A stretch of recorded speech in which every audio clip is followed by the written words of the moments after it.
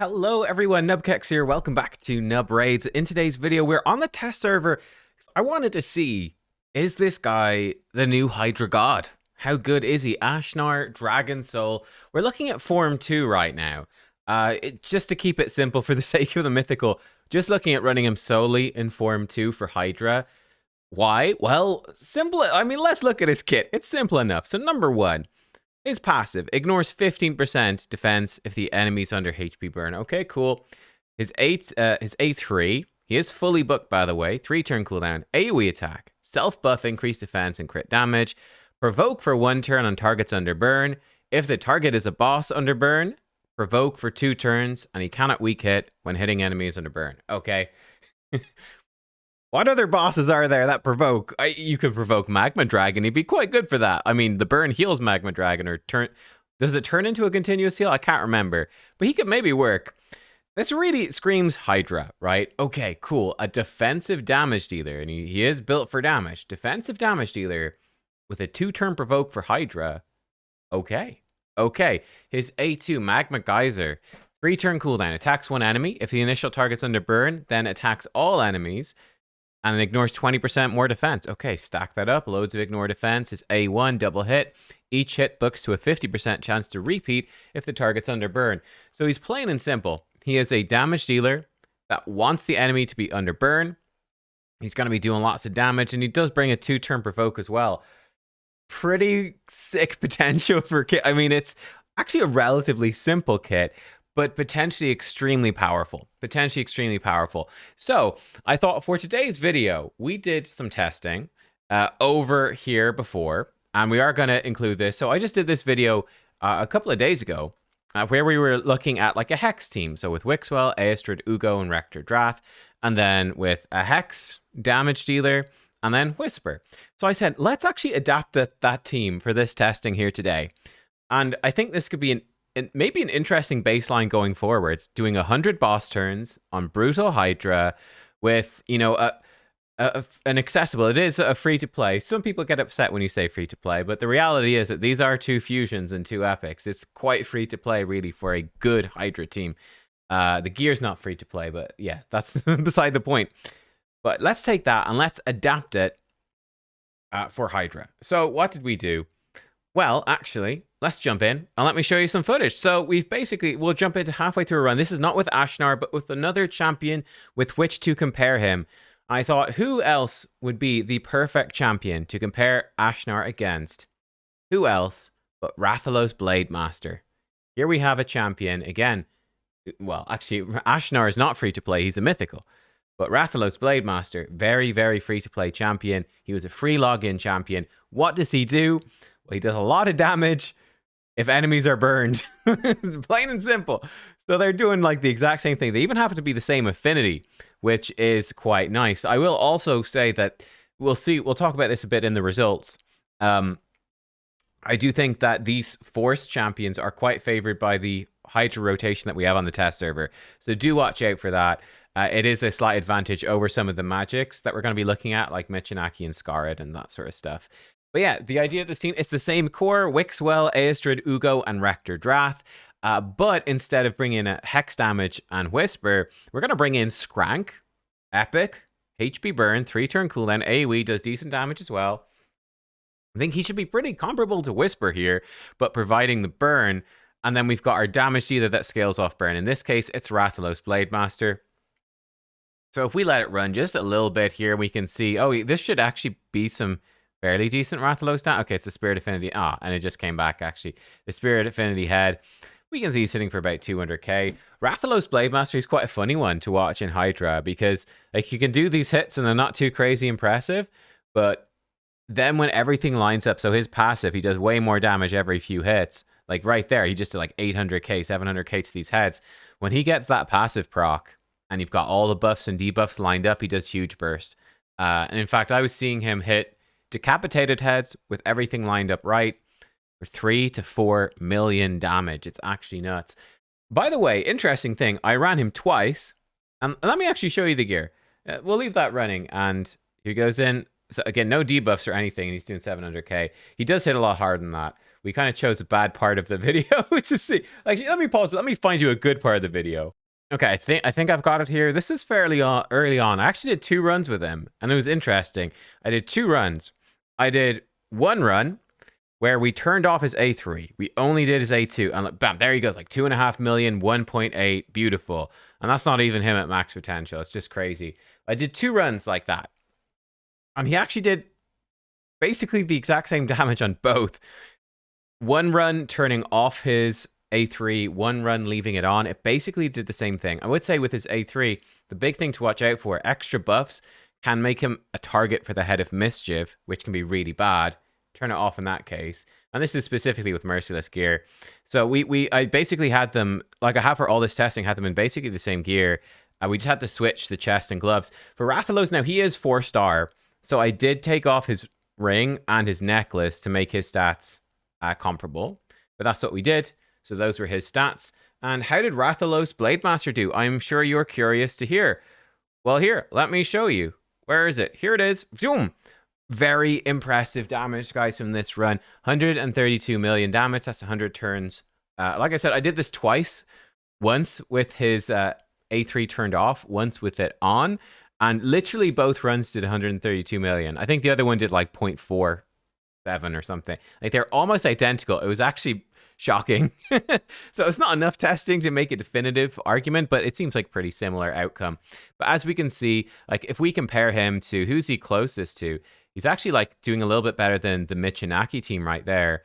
And if we compare, oh, one thing I didn't mention for this team, because we do not have a Hex champion, we do have both Wixwell and Aestrid in Cursed set, which is why their damage is so much higher. That is the Cursed set coming in. 2 curse sets, in fact, to make sure that the Hex is consistently out there. There's an opportunity cost there that's not being fully reflected in this, like say the Michinaki run. It's not being fully reflected. Because obviously, seeing as they're not locked into curse sets, we could gear them in something else. Like we could gear them in 9-piece Feral or Protection and get a big damage boost. That's much less accessible though. So yeah, anyway, 2 champs in curse set.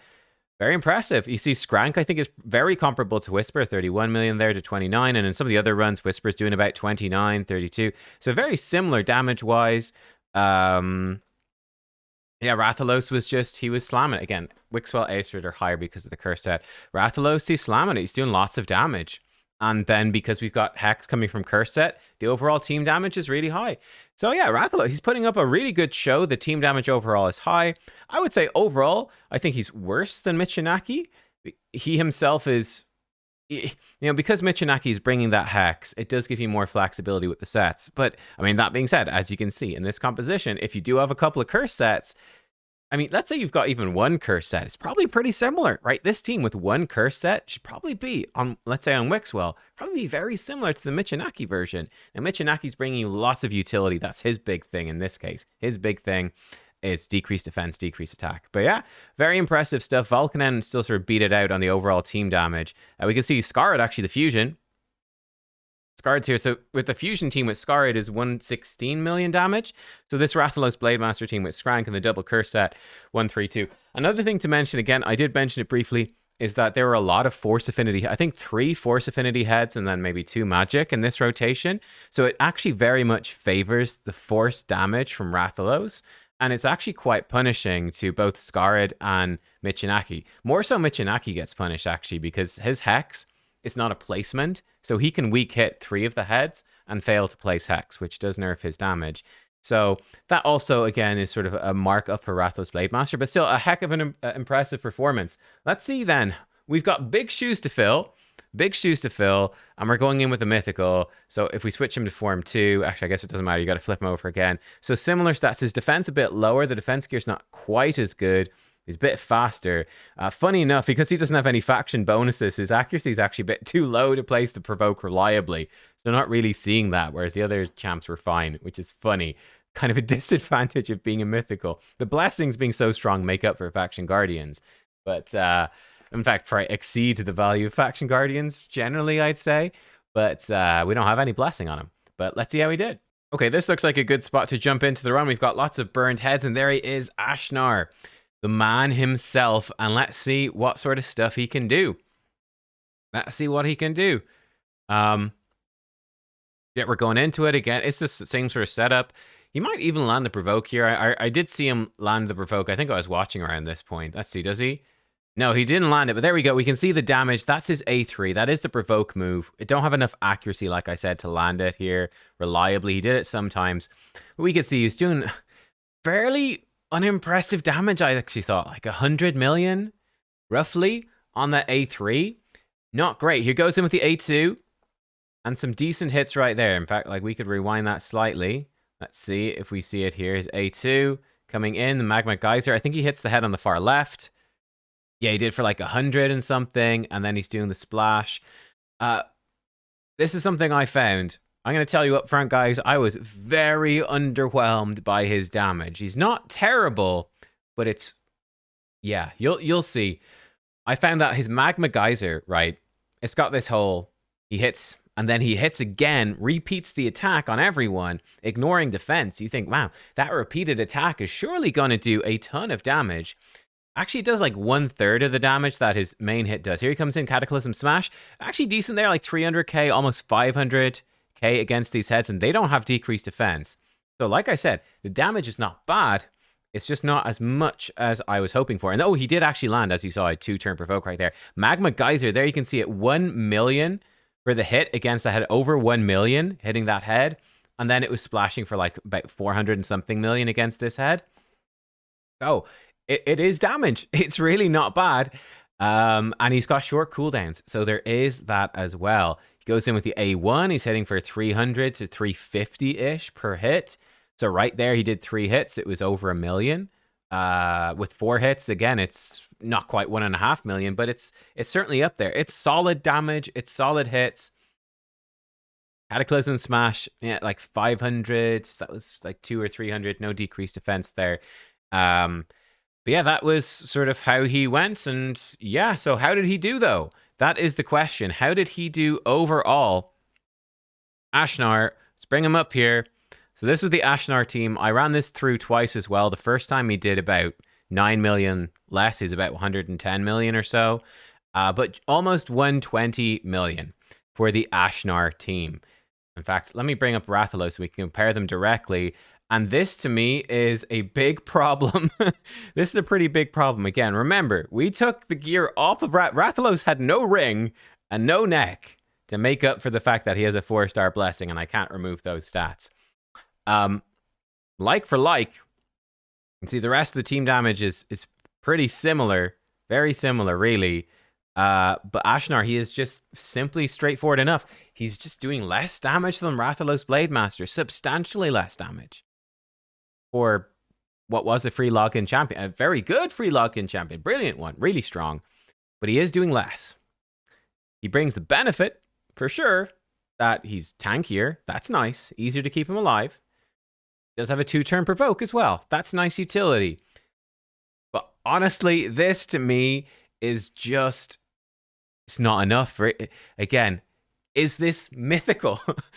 Bear in mind how tough it is to get mythicals. You finally get one, and you go, oh, well, he's about, he's actually probably just used Rathalos Blademaster instead. Oh, it's rough. In terms of how that compared to other characters, it's actually very similar. The team performance, very similar to the Scarred team. In fact, I think when you account for the fact that the affinities of the heads are favoring Ashnar more than they are Scarred, I actually think the Scarred is better than the mythical.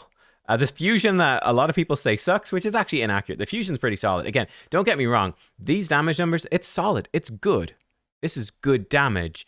But it's not mythical damage. That's my issue. He's certainly coming in behind Michinaki, way behind Volcanen, and certainly way behind other damage dealers. Like way behind, like if you think about like the top end mythical damage, you think about like Toshiro and Hydra, for instance, the mythical Shadowkin, like it's not even funny, the difference in damage.